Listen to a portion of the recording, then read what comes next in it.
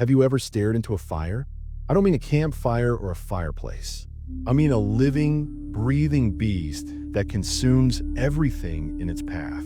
A force of nature so powerful it sounds like a freight train screaming down a mountain. In the world of firefighting, there are the ones who spray water from the street. And then there are the hotshots. These are the Navy SEALs of the fire service. They don't fight fire with water. They fight it with shovels, chainsaws, and pure grit, digging lines in the dirt to starve the beast of its fuel. Welcome back to Movies Minute. Today we are breaking down the incredible, heart-stopping true story of the Granite Mountain Hotshots in the movie Only the Brave. This isn't just a disaster movie. It's a story about brotherhood, redemption, and the ultimate sacrifice. If you're ready to feel the heat, hit that like button, and let's dive in. We start in the haze of a drug-induced stupor. Meet Brendan McDonough. He's been spiraling for 2 years, chasing the next high, completely numb to the world. But reality is about to hit him like a bucket of ice water. He stumbles into a diner, eyes bloodshot, smelling of stale smoke and regret.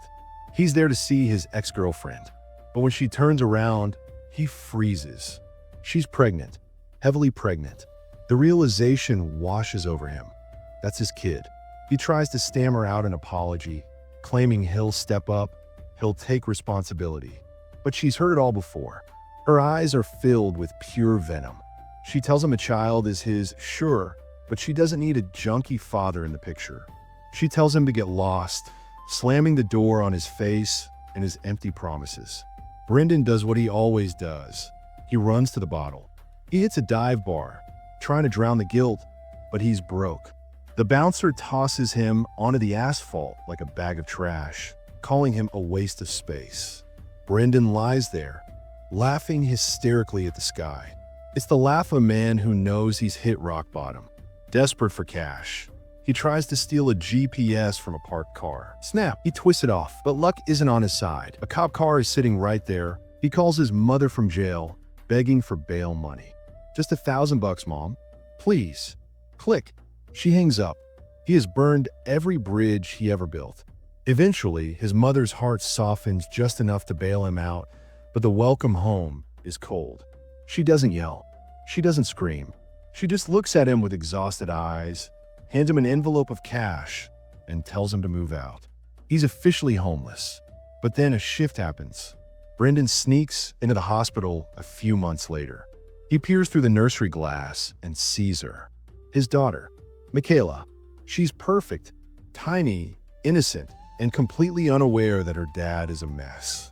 In that moment, something inside Brendan snaps. Not a bone, but he sets his sights on the local fire department. He cleans himself up, barely, and walks in for an interview. But the moment he steps through the door, he's spotted. A firefighter named Mac recognizes him from a past EMT class.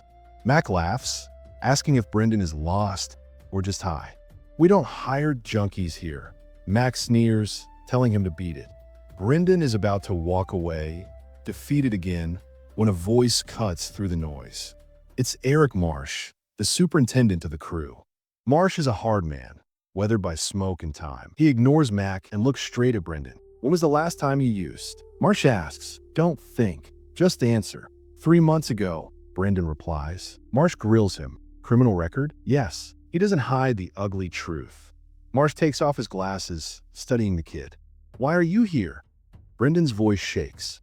I made a lot of mistakes, things I'm ashamed of. But I just had a daughter. I want to give her what I never had. If you give me a chance, I won't let you down. Marsh sees something in Brendan's eyes. Desperation? Maybe, but also a spark. Against the protests of his crew, Marsh hires him. He tells Mac, give a kid your new boots.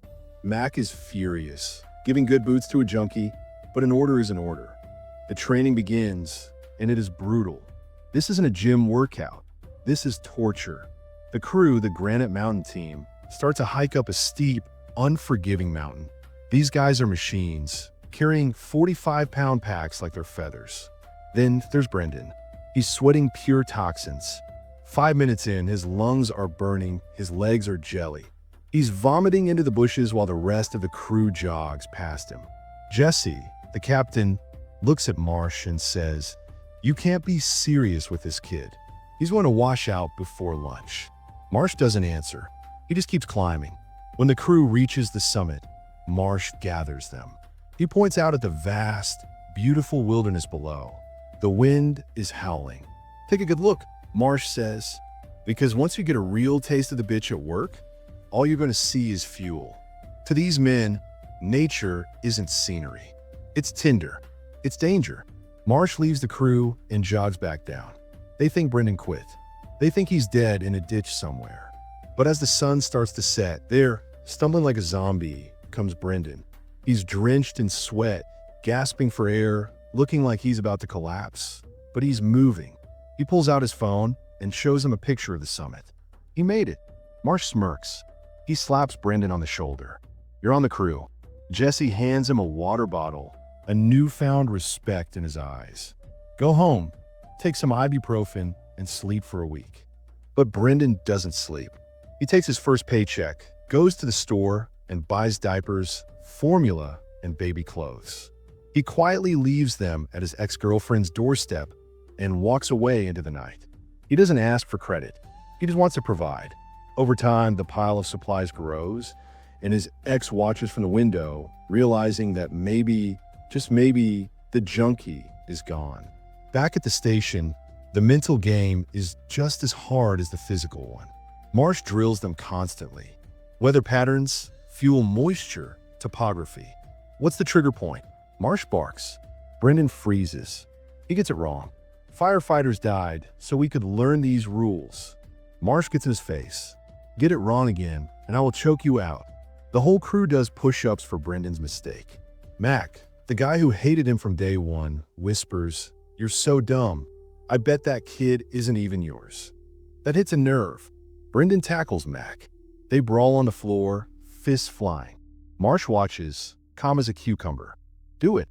Quit on yourself. Go home and die." Brendan freezes. He realizes fighting Mac won't fix anything. He swallows his pride, gets back down, and starts doing push-ups. The rest of the crew nods. The kid has heart. Then comes the most terrifying drill of all, the deployment. Marsh yells, "Drop your gear. Shelter. Shelter." The men have seconds to clear the ground, throw down their foil shelters, and climb inside. This is the last resort. If you're doing this for real, you're about to be overrun by fire.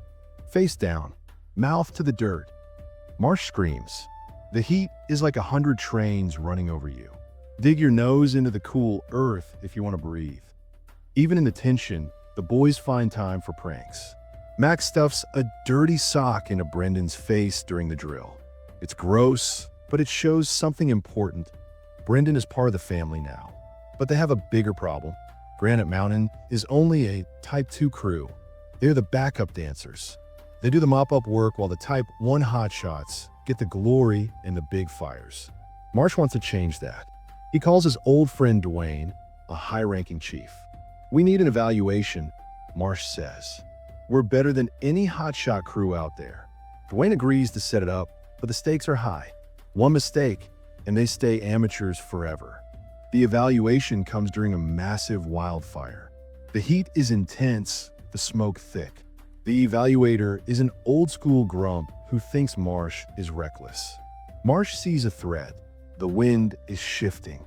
If they don't act, the town below burns. He orders a burnout, fighting fire with fire. They light the brush ahead of the main fire to consume the fuel. The evaluator screams, "I've got boots older than you." "That's a bad call." Marsh gets right in his face. "Step off. This is my crew." They light the fire. The flames roar to life, sucking the oxygen out of the air. It's a gamble, but as night falls, the main fire hits their burnout line and stops. Dead. They save the town. Marsh, exhausted, waits for the verdict. He thinks he blew it by yelling at the evaluator. He goes back to the station and smashes a chair in frustration, weeping in his office. He thinks he failed his boys. But then, Dwayne walks in with a smile. "I've never been so proud. They did it.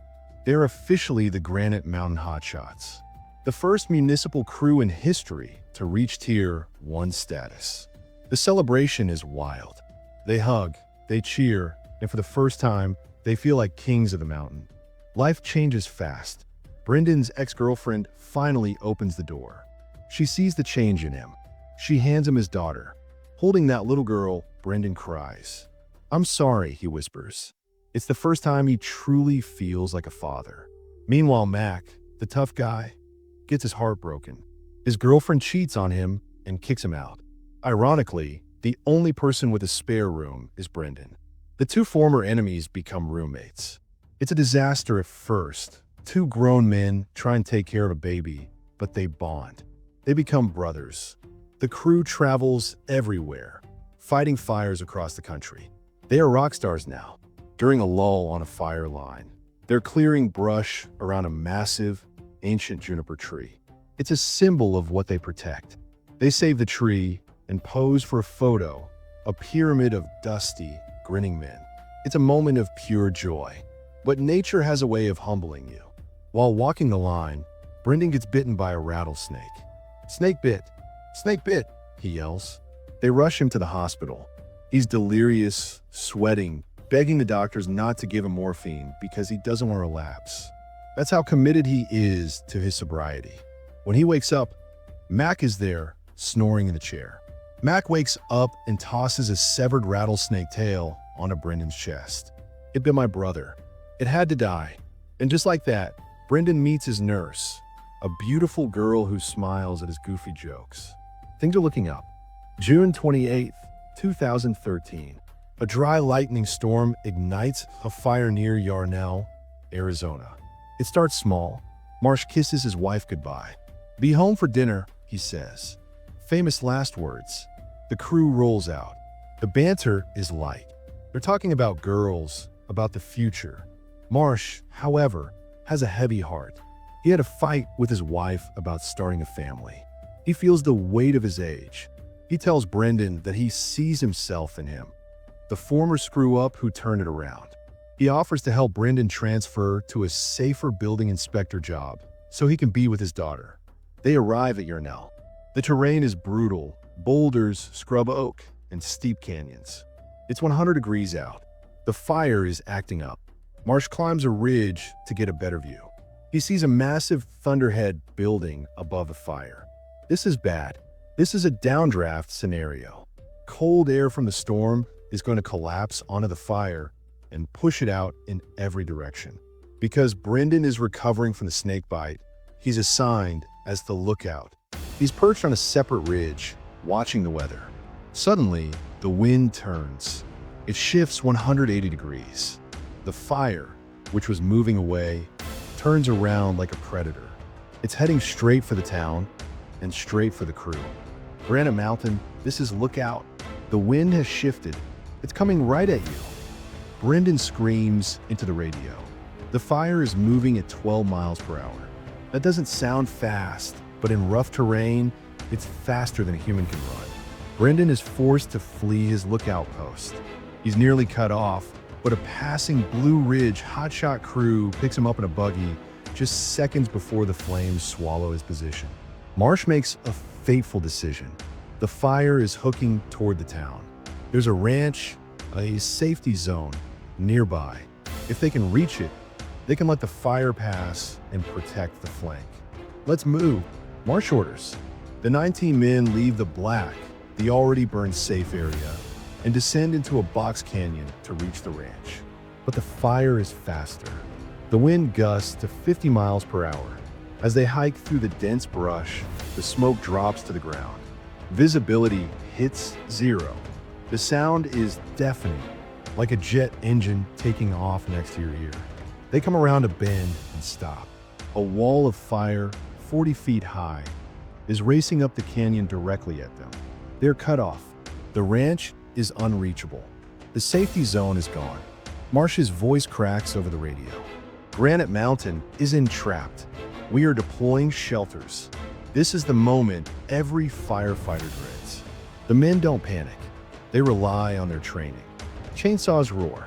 They frantically cut a clearing in the brush, scraping the ground down to mineral soil so there's nothing under them to burn. Get your shelters out. Marsh commands. They pull out the foil bags. They shake them open. The fire is seconds away. The heat is already blistering their skin. Everyone inside, feet toward the fire. Stay down. One by one, they crawl into the small foil cocoons. 19 men, 19 brothers. They huddle against the earth, praying the thin layer of aluminum can withstand 2,000 degrees. Inside the shelters, they call out to each other. I love you guys. See you on the other side. Then, the roar consumes them. The screen goes black. Back at the base, Brendan listens to the radio. Silence. Just static. He falls to his knees, sobbing, knowing deep down what just happened. The fire passes. A helicopter flies over the site. The pilot looks down. He sees 19 shelters. None of them are moving. The heat was so intense, the fire so ferocious, that not even the shelters could save them. The Granite Mountain Hotshots are gone. The news spreads. The families gather at a local high school gym. They are told there is one survivor. Hope ripples through the room. Every wife, every mother prays, please let it be him. Then the door opens. Brendan walks in. He's covered in soot, eyes hollow, looking like a ghost. The realization hits the room like a physical blow. If Brendan is alive, that means everyone else is dead. The sound that follows isn't crying. It's a collective wail of agony. Women collapse. Mothers scream. It is a sound of pure, unadulterated loss. Brendan runs out of the gym. He collapses in the parking lot, vomiting from the guilt. Why me, he screams. Why did I survive? Marsh's wife, Amanda, finds him. She grabs him, shaking him. She tells him, I'm glad you're alive. It's a moment of grace in the middle of hell. 3 years later, Brendan visits the site. The land has healed. Green grass grows over the scars. The ancient juniper tree they saved is still standing, now covered in flags and photos of the fallen. Brendan takes his daughter there. He places a trinket by the tree. He's no longer the junkie. He's a father, a survivor, and a keeper of their story. This movie, Only the Brave, is a tribute to the 19 members of the Granite Mountain Hotshots who perished on June 30th, 2013. It was the greatest loss of firefighters in the U.S. since 9/11. Eric Marsh was 43. The youngest, Kevin Wojcik, was only 21. They were fathers, husbands, and sons. We often call people heroes, and the word loses its meaning. But these men walked in a fire when everyone else was running away. They didn't do it for money, and they certainly didn't do it for fame. They did it for the man standing next to them. Have you ever wondered what you would do in that situation? Would you have the courage to stand the line? Let me know in the comments what you think about Brendan's journey. Was it luck or was it destiny? If this story moved you, please hit that subscribe button and ring the bell. We honor their memory by telling their story. Rest in peace, Granite Mountain.